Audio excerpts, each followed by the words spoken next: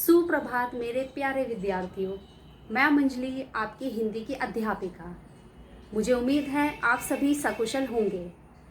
इस वीडियो के माध्यम से आज मैं आपको हिंदी व्याकरण का एक विषय अलंकार के बारे में बताने जा रही हूँ, जिसमें आप जानेंगे अलंकार क्या है, अलंकार के कितने भेद होते हैं, शब्द अलंकार क्या है व शब्द अलंकार के कितने भेद हैं। तो बिना देरी किए आज की ये वीडियो हम शुरू करते हैं।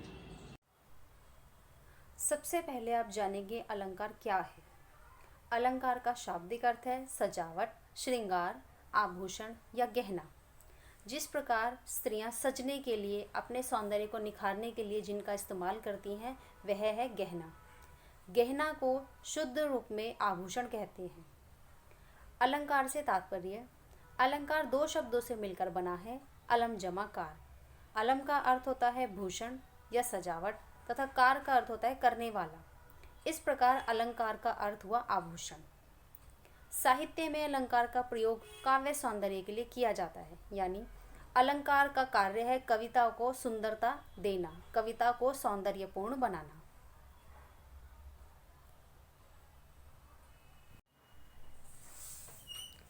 साधारण शब्दों में अलंकार की परिभाषा, काव्य में शब्दों व अर्थों से चमत्कार उत्पन्न करने वाले तत्व अलंकार कहलाते हैं। यानी काव्य में, यानी कविताओं में शब्दों के कारण और शब्दों के अर्थों के कारण कविता में जो चमत्कार उत्पन्न होता है, कविताओं में जो सौंदर्य उत्पन्न होता है, वह अलंकार के कारण ही होता है। अलंकार काव्य की शोभा को बढ़ाने वाले तत्व हैं, यानी जो कविता की सुंदरता को बढ़ाए, कविता को सौंदर्यपूर्ण बढ़ाए, कविता में एक चमत्कार लेकर आए, वह तत्व अलंकार ही है। संस्कृत के विद्वानों के अनुसार अलंकारोति इति अलंकार, यानी जो अलंकृत करे या शोभा को बढ़ाए उसे अलंकार कहते हैं। इसका अर्थ ये हुआ, विद्वानों के अनुसार जो काव्य की शोभा को बढ़ाते हैं वह अलंकार कहलाते हैं। अलंकार के भेद, मुख्यतः अलंकार के दो भेद होते हैं, शब्दालंकार और अर्थालंकार। तो सबसे पहले हम जानेंगे शब्दालंकार के बारे में। शब्दालंकार, जहाँ किसी कथन में विशिष्ट शब्द प्रयोग के कारण चमत्कार या सौंदर्य उत्पन्न होता है, वहाँ शब्दालंकार होता है। जैसे कि उदाहरण स्वरूप आप देखिए, रही मन मानी राखिए, बिन पानी सब सून, पानी गए ना उबरे, मोती मानुष चून। यहाँ पर पानी शब्द की एक से अधिक बार आवृत्ति हो रही है, तो इस कारण एक से अधिक बार आवृत्ति होने के कारण यहाँ पर इन पंक्तियों में शब्दालंकार है। यानी एक शब्द के एक से अधिक बार प्रयोग होने पर ये पंक्तियाँ और ज़्यादा सौंदर्यपूर्ण और रोचक लग रही है, और इस कारण से ही इन पंक्तियों में शब्दालंकार है। शब्दालंकार के भेद, शब्दालंकार के तीन भेद होते हैं जो इस प्रकार हैं, अनुप्रास अलंकार, यमक अलंकार और श्लेष अलंकार। तो अब हम बात करेंगे अनुप्रास अलंकार के बारे में। अनुप्रास अलंकार, जहाँ एक वर्ण की आवृत्ति एक से अधिक बार होती है और काव्य में चमत्कार उत्पन्न होता है, वहाँ अनुप्रास अलंकार होता है। इसका तात्पर्य यह है कि जहाँ पर काव्य की पंक्ति में एक वर्ण एक से अधिक बार आता है, वहाँ पर अनुप्रास अलंकार होता है। जैसा कि आप यहाँ देख सकते हैं, उदाहरण में यहाँ लिखी हुई है, तरनी तनुजा तट तमाल, तरुवर बहु छाए। इस पंक्ति में हम यहाँ देख रहे हैं कि त वर्ण की आवृत्ति एक से अधिक बार हो रही है। इस पंक्ति का अर्थ है, सूर्य की पुत्री यमुना नदी के तट पर बहुत सारे ऊंचे घने तमाल के वृक्ष छाए हुए हैं। अब इस पंक्ति में त वर्ण की आवृत्ति एक से अधिक बार होने के कारण, त वर्ण के बार बार आने के कारण यह पंक्ति और ज़्यादा सौंदर्यपूर्ण लग रही है, और त वर्ण के बार बार होने के कारण ही इस पंक्ति में अनुप्रास अलंकार का प्रयोग किया गया है। अनुप्रास अलंकार का एक और उदाहरण, चारों चंद्र की चंचल किरणें खेल रही हैं जलथल में। चारों का अर्थ होता है सुंदर, चंद्र का अर्थ होता है चंद्रमा। सबसे पहले इन पंक्तियों का अर्थ जानिए। सुंदर चंद्रमा की चंचल किरणें जल और थल सभी स्थानों पर क्रीड़ा कर रही हैं। यानी चंद्रमा जो कि बहुत सुंदर है, चंद्रमा की किरणें जल और थल यानी पृथ्वी की सभी दिशाओं में, चाहे वह जल हो या वह थल हो, सभी स्थानों पर खेलती हुई नजर आ रही हैं। इन पंक्तियों में आप देख सकते हैं च वर्ण की आवृत्ति और ल वर्ण की आवृत्ति एक से अधिक बार हो रही है। इन दोनों वर्णों की आवृत्तियों का एक से अधिक बार होने के कारण ही यहाँ पर इन पंक्तियों में एक चमत्कार उत्पन्न हो रहा है और इसलिए यहाँ पर अनुप्रास अलंकार है। अनुप्रास अलंकार के बाद आता है यमक अलंकार। जहाँ पर हमने अनुप्रास अलंकार में वर्ण की बात करते हैं, वहीं पर यमक अलंकार में हम शब्दों के बारे में बात करेंगे। अब यमक अलंकार क्या है? जब काव्य में कोई एक शब्द एक से अधिक बार आए और उसका अर्थ हर बार भिन्न हो, यानी उस शब्द का अर्थ हर बार अलग अलग होता है, तो वहाँ पर यमक अलंकार होता है। आइए इस उदाहरण के माध्यम से समझिए। काली घटा का घमंड घटा, नभ मंडल तारक वृंद खिले।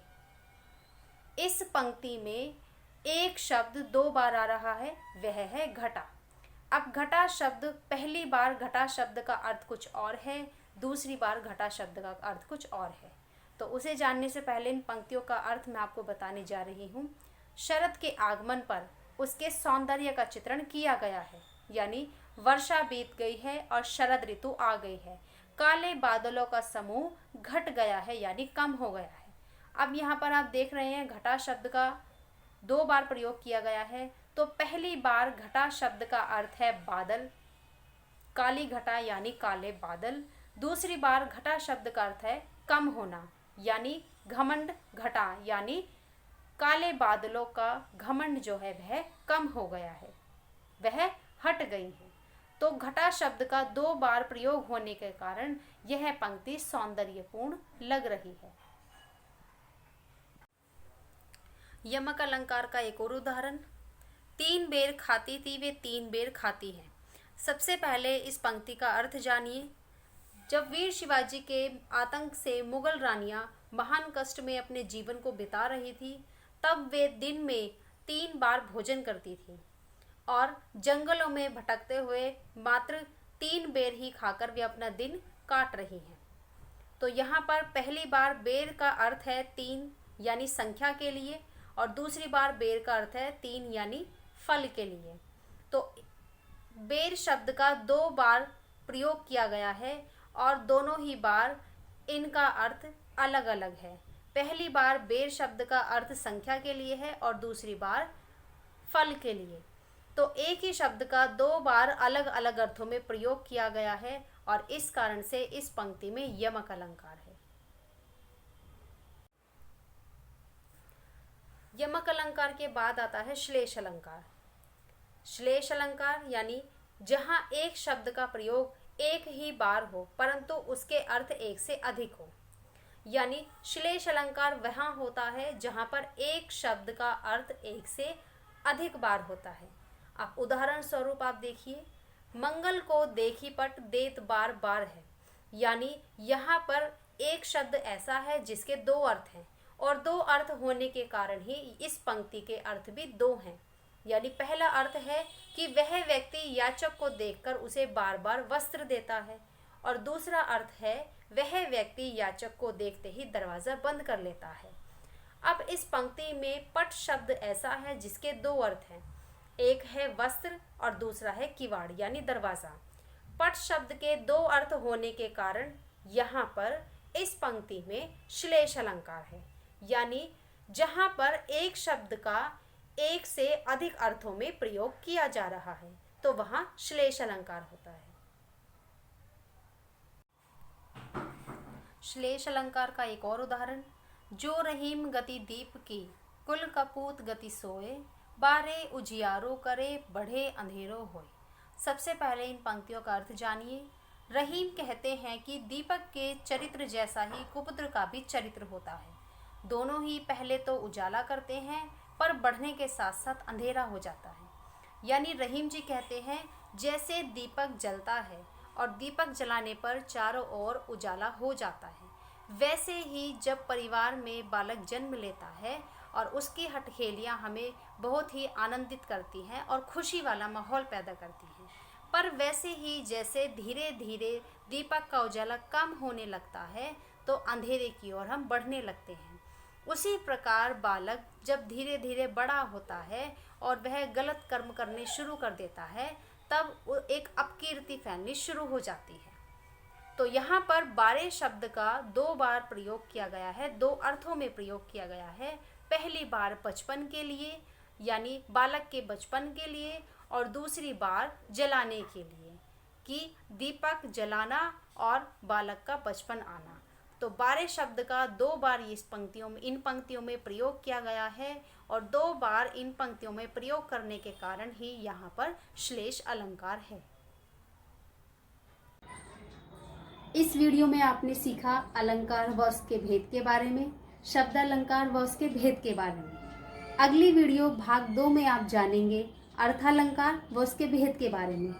तब तक हमारे साथ जुड़े रहने के लिए हमारे चैनल को सब्सक्राइब कीजिए, वीडियो को लाइक कीजिए और ज़्यादा से ज़्यादा शेयर कीजिए। धन्यवाद।